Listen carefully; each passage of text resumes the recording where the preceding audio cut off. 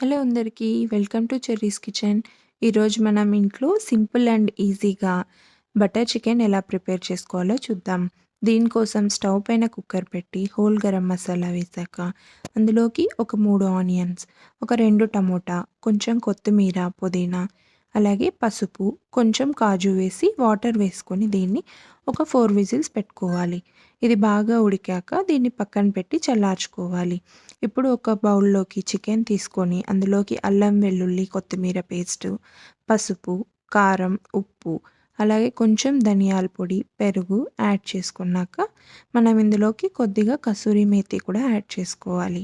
ఇవన్నీ వేశాక ఒక 2 స్పూన్స్ అంత ఆయిల్ వేసి ఈ మసాలాలన్నీ బాగా ముక్కలకి పట్టేలాగా మనం మిక్స్ చేసుకోవాలి.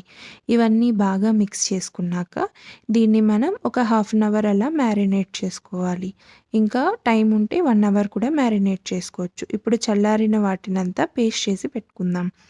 ఇప్పుడు ఒక ప్యాన్ పెట్టి అందులోకి కొద్దిగా బటర్ యాడ్ చేసి బటర్ అంతా కరిగాక అందులోకి మ్యారినేట్ చేసుకున్న చికెన్ మొత్తం యాడ్ చేసుకోవాలి. దీనికి కావాలంటే బోన్లెస్ కూడా మీరు వేసి చేసుకోవచ్చు. నేనైతే అన్నీ వేస్తున్నాను. ఇలా అన్నీ వేశాక చికెన్లోంచి వాటర్ అంతా పోయి ఇలా బాగా దగ్గరికై ముక్క సాఫ్ట్గా ఉడికేదాకా మనం ఉడికించుకోవాలి.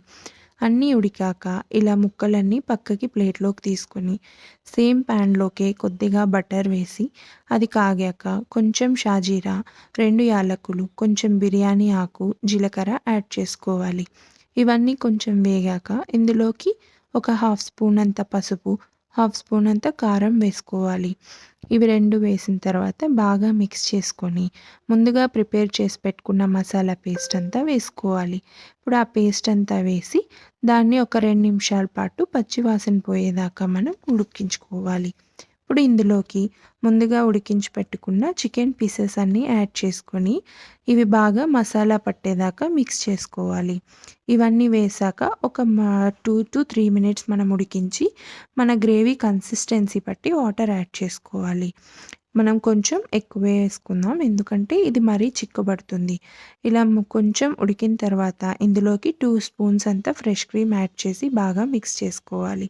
ఒక 2 మినిట్స్ ఉడికాక దీన్ని మనం బౌల్లోకి సర్వ్ చేసుకుంటే టేస్టీ బటర్ చికెన్